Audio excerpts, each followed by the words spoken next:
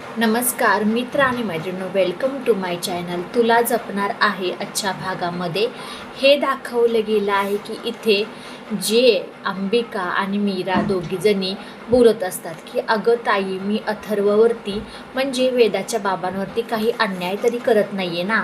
अंबिका म्हणते, मीरा अन्याय म्हणजे तुला बोलायचं आहे तरी काय, सांगू शकशील का? अगं मी काय सांगते तुला, प्रत्येक टायमिंगला ते सारखं बाळाचा विषय काढतात, त्यामुळे मला जरा विचित्रच वाटते इथे. कारण की त्यांनाही वाटत असेल की आमच्या दोघांचे एक बाळ हवं असेल त्यांना, त्याच्यामुळे तेही तसं बोलत असतील ना. त्यामुळे अंबिका म्हणते, हो बरोबर आहे, तू जर मंजिरीच्या भीतीपोटी हे सगळं जर नाकारत असली मीरा, तू हे करू नकोस. कारण की मलासुद्धा वाटतंय की आत्तापर्यंत आपण दोघीजणी वेदाला त्या मंजिरीच्या जाळ्यातून वाचवू शकलो, तसंच येणाऱ्या बाळालाही आपण वाचवू ना. शेवटी महागौरी आपल्याबरोबर आहेच आपलं रक्षण करण्यासाठी. मीरा म्हणते, हो ताई, तू बोलतेस ना ते बरोबर आहे ना, ह्याच्यावरती मी जरा विचार करते. तो अंबिका पटकन तिला घट्ट मिठी मारते आणि म्हणते की मीरा, खरंच हा जर विचार तू केलास ना, खूप छान झालं. माझीही इच्छा होती की तुमच्या दोघांचं एक बाळ असावं म्हणून. तो दोघींचं बोलणं चालू असताना तोपर्यंत ते माया येते नर्मदापाशी. म्हणते की बघ ना, ती मंजिरी कसली आहे.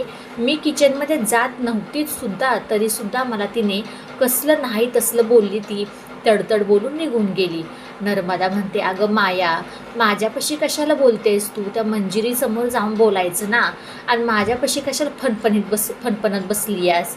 काय ते सरळ उत्तर तिला द्यायचं. तोपर्यंत ते अजित आणि दामोदर येतात आणि त्या दोघांची जी काही चेहऱ्याची हावभाव बघून नर्मदा माया विचारते, काय झालं काय, तुमच्या दोघांमध्ये एकदम अशी कुजबूज कसली चाल.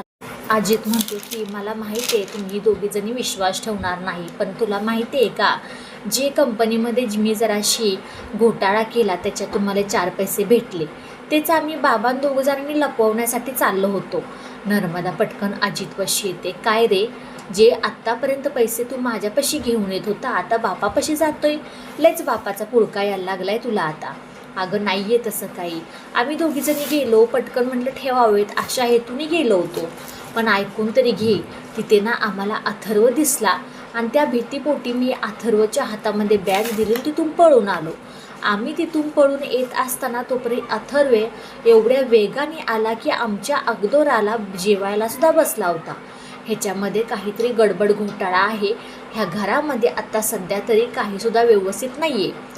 त्या दोघी काही यांच्या बोलण्यावरती विश्वास ठेवत नाहीत, पण हे दोघंजणी पुरेपूर घाबरलेले असतात. म्हणतात की ह्या घरामध्ये डबल अथर्व कसा काय हसू शकतो, एवढ्या लांबून आमच्या आधी कसा काय अथर्व घरात येऊ शकतो.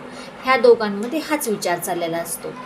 तोपर्यंत इकडे मीरा आणि अथर्व रूममध्ये असतात. अथर्व आलेला असतो आणि तो नाटक करत असतो की मीरासमोर हात दुखतोय म्हणून. मीरा जरा वैतागून, नाराज होऊन, दुःखी होऊन म्हणते, वेदाचे बाबा, खरंच हात दुखतोय का हो, असं म्हणत असताना परत अथर्व हसायला लागतो. म्हणतो की नाही ग मीरा, मी जरा तुझ्याशी चेष्टा केली. असं म्हणत असताना पटकन अथर्व पटकन बेडवरती पडतो आणि मीरा त्याच्याकडे पाहतच राहते. त्या दोघांचं तसं चालू असताना अनन्या तिथे येते, जोरजोरात सगळ्यांना ओरडायला लागते, बाहेर बोलवतो. तोपर्यंत ते माया, नर्मदा, अजित, दामोदर म्हणतात, हिला काय झालं एवढ्या रात्रीचं. मीरा आणि अथर्वसुद्धा येतात. अथर्वला अनन्या पटकन घट्ट मिठी मारते, अरे दादा, तिकडं मी गार्डनमध्ये बाहेर गेले होते आणि तुझ्यासारखा सेम माणूस दिसला म्हणून मी जवळ जाण्याचा प्रयत्न केला, तर त्याचे लांबूनच डोळे असे पांढरे शुभ्र आणि एकदम चकाकी वेगळीच होती. पण तो जरा वेगळाच विचित्रच माणूस मला दिसत होता. काहीतरी दादा गडबड आहे, चल ना, असं काही करताय तिथे कोणीही जाऊ नका, मला खूप भीती वाटते.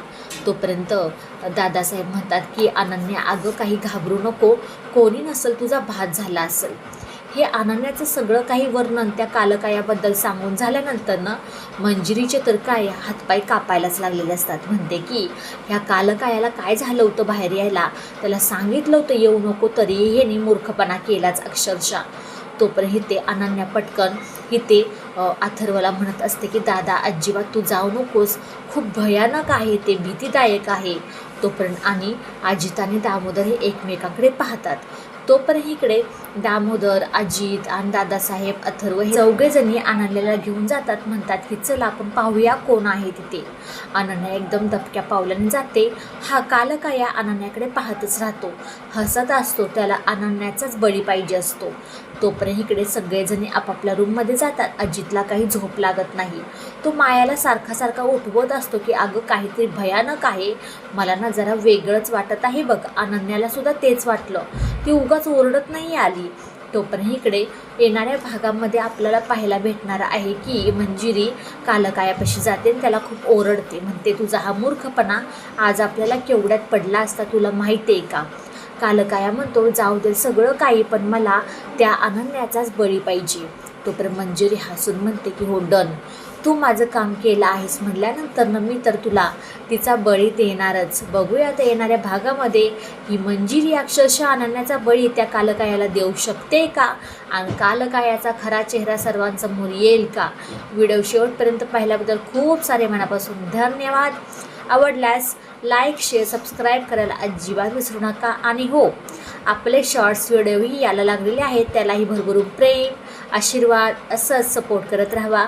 त्यालाही लाईक करा, शेअर करा, सबस्क्राईब करा. बाय बाय सगळ्यांना.